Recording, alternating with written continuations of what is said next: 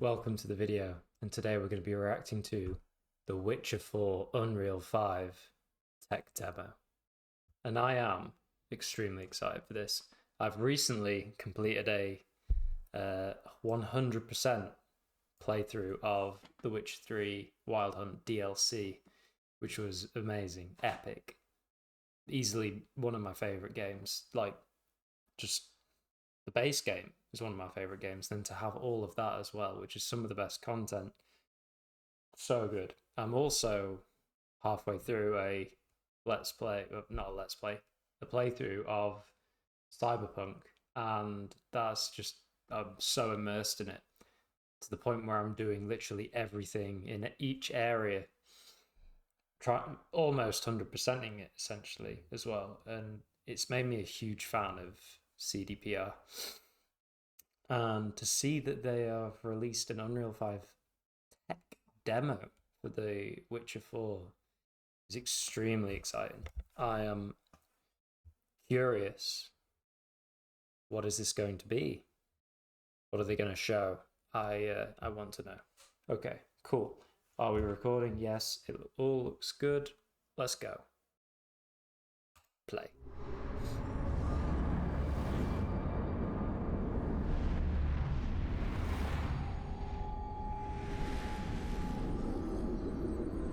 Okay.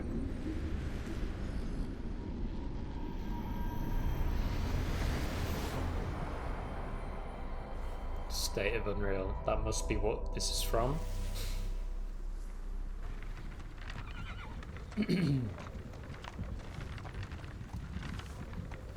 Technical presentation, not actual gameplay.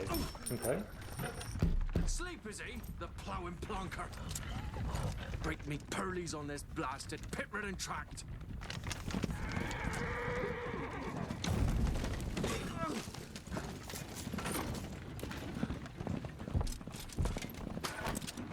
Where's fear not dry road?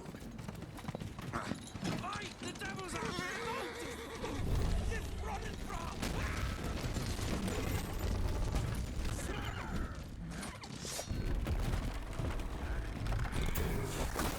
Ooh.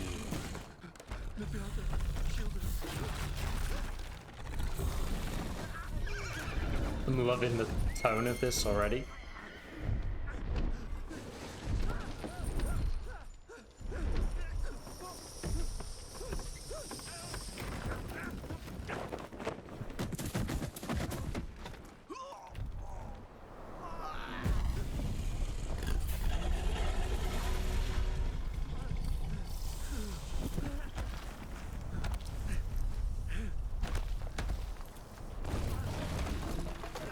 The Witcher gonna come? Ciri?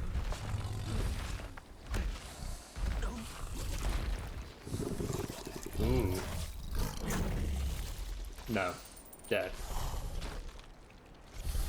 So I guess this is like what it potentially will look like, as it is a tech demo. There she is.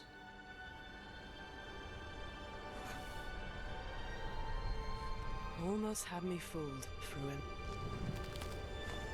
She looks,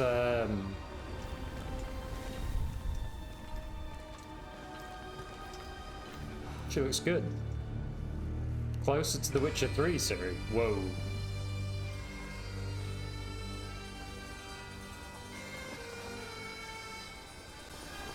Closer to The Witcher 3 Ciri than the other cinematic. We got it, Jeff Keighley's Christmas Bonanza.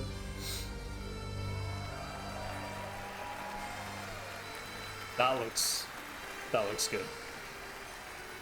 Thank you. Thank you, everyone, and welcome to the State of Unreal at Unreal Fest Orlando. We're here to show you what's next with Unreal Engine and so much more. We are thrilled that you're able to join us. Thank you. But first things first, I'm here with Sebastian and Kitek from CD Projekt Red. We have a lot to talk about. Hey, guys.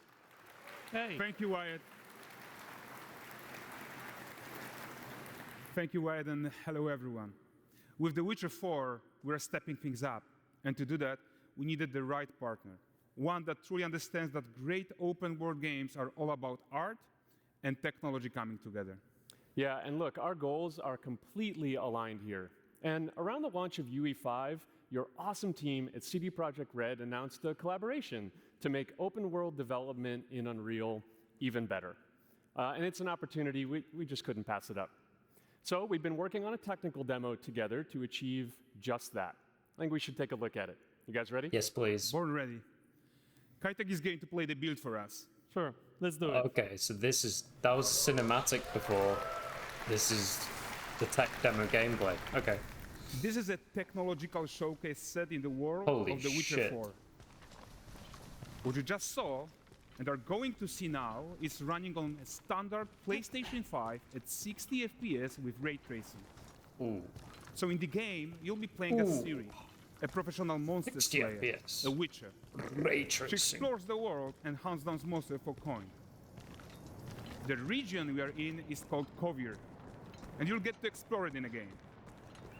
Right now, Ciri is investigating a monster, and after gathering new clues, she is heading back to a nearby village.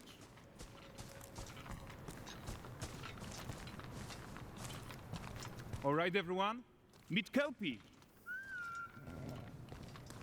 Let weeds be weeds, Kelpie. So just like Geralt and Roach, Ciri has her own loyal companion. I like the voice actress. We return to town. It's different, but These two characters need I to like the feel voice. like one. Since you're gonna explore the world on horseback, riding needs to feel seamless, natural, and just fun. Yeah, and to Damn. support that, we're introducing multi-character motion matching in Unreal. the animations So on the Ciri and horse look Kelpie, they're good. perfectly synchronized when mounting from any angle and speed. And we also support root motion movement on Kelpie. So Root? controlling her feels Root realistic motion. and grounded. And there are also some really nice improvements to our Unreal Chaos Flesh Solver and these machine-learned deformations. So you've got realistic muscles moving and stretching under Kelpie's skin without compromising the performance there.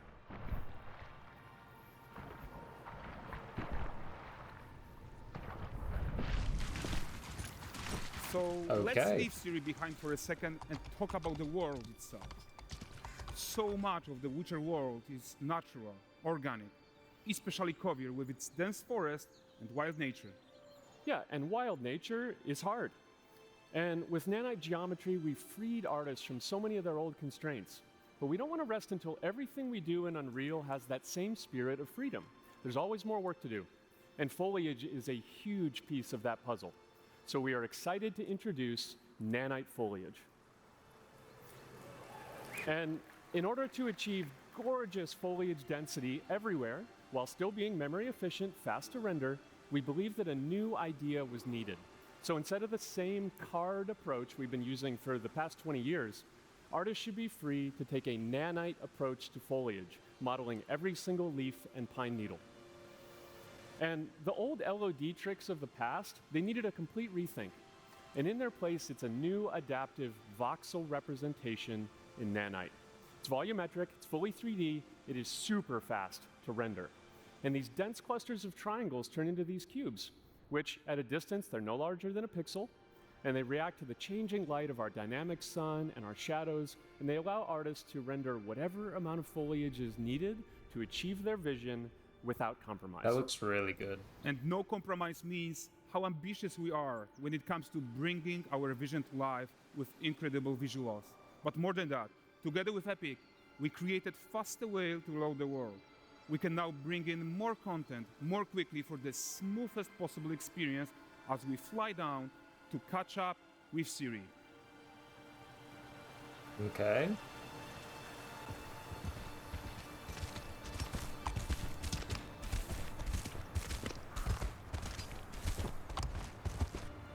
Welcome to Valdrest. So Valdrest Okay, this looks insane. Yeah.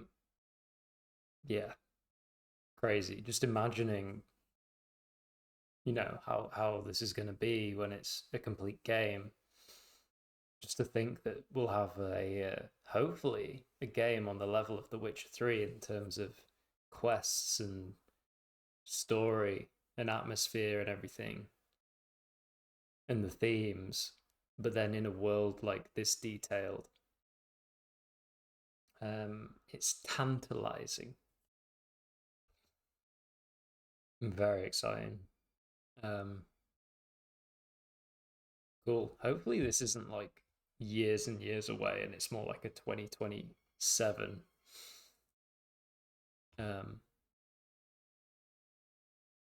But yeah, if this is it's going to be typical that this will probably launch within a year of Elder Scrolls 6.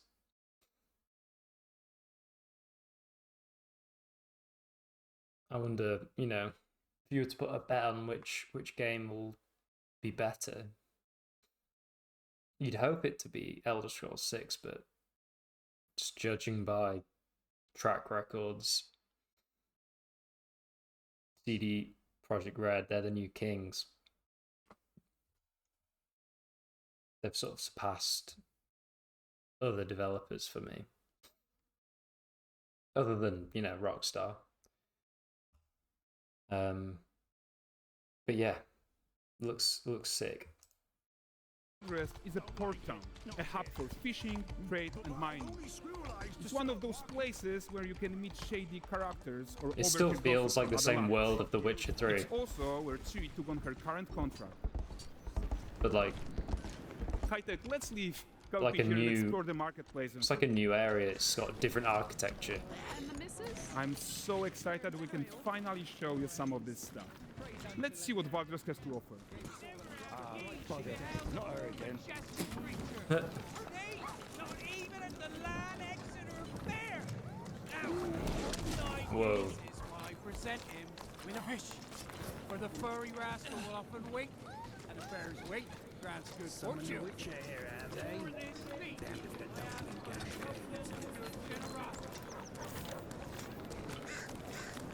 Pardon. Guys, notice how responsive the world is. Whoa. Character actions directly affect what happens around That's you. cool. Sometimes even setting off chain reactions. Everything is working together. I like that.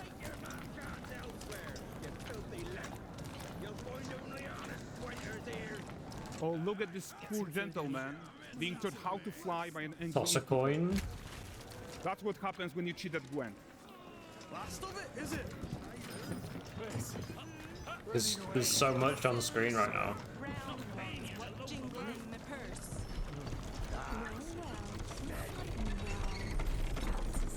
Okay, so this is the guy who gave the series quest his own. Like you probably suspect, he has his own agenda in all of this. You off your tits again, Wilfred. Off your tits again, Wilfred. Your ass up.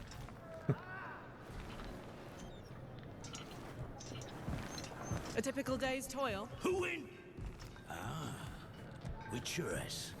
What news of my wagons? No eternity is taking that damn salt to arrive. I found them. And, well, suffice to say, they'll not reach you. As for the salt, I found not one speck. I presume this comes as no surprise to you. Now. Kavir's smuggling trade is of no concern to me. Shush, shush, shush. The manticore that flattened your cart and devoured your men? Quite the opposite. Manticore? No, them winged hellspawn dwell in the arse end of Creighton, not here. While Ciri decides what to do about that merchant, let's take a look at the character technology that powers this marketplace. Why don't we listen in on these fishmongers? They're selling their wares, chatting up customers. Morning, catch this is. Won't find none fresher. Rugged you ladies after one of them. Course. Get this cleaned and gutted for you. You mind, dearest? Into seeing something more. Got mackerel cod, all Brexit's finest. And If the final game has got this level of like NPC animation and freedom and whatever they're doing, like this AI, that's crazy. Like how much detail and immersion there's gonna be. Yeah, that kind of hurts my head a little bit. there is tons of tech at play here, even in a simple market stall. Metahuman tools, improved Unreal smart objects, chaos cloth, and more. Yeah, and all of this exists to make sure that the gap in quality between Ciri and NPCs is as small as possible. Yeah, and closing that gap, it's not just about fidelity, right, but also authenticity. They should react to changes in the world around them. But the prisoner in Polaris isn't exciting enough for Valdrest. Let's grab everyone's attention with a circus.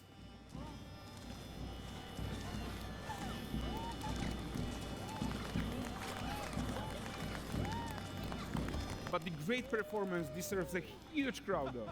Let's crank it up.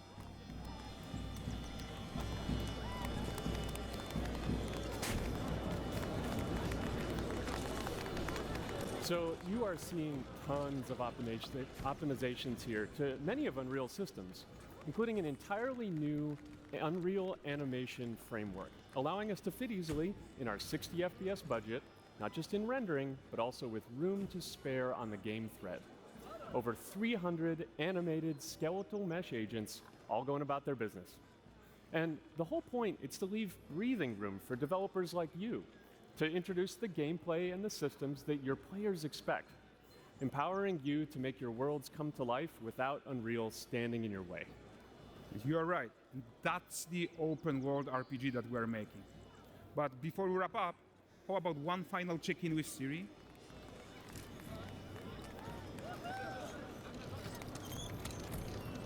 We are making this game to be the most immersive and ambitious open world Witcher game ever. Yeah. And we are making this a reality thanks to our work on Unreal with the team at Epic.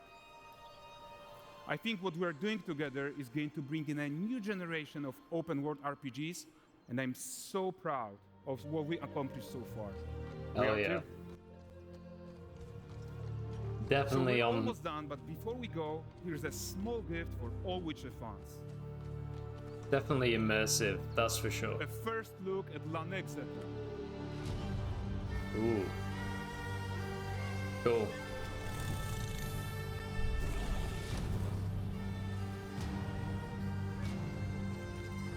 Onward, Kelby.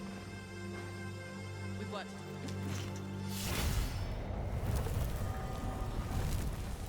Looks pretty sick. Yeah. Yeah, that's wild. That's Wild Hunt. Man, that's like what I want. It's what I want. I want that. I want the game to be like that. And if it is, then we're in for a treat. Hopefully it's not too far off. A couple years.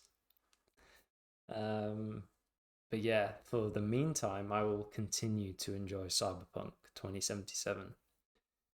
And also, I saw recently that Cyberpunk 2, or whatever they're going to call it, is now into pre-production.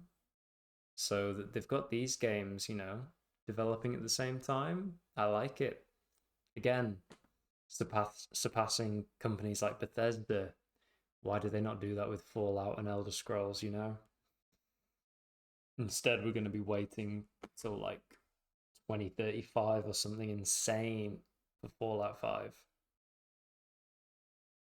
Which is insane. It's ridiculous. That'll be 20 years between games. Yeah, anyway. CD Projekt Red, #1.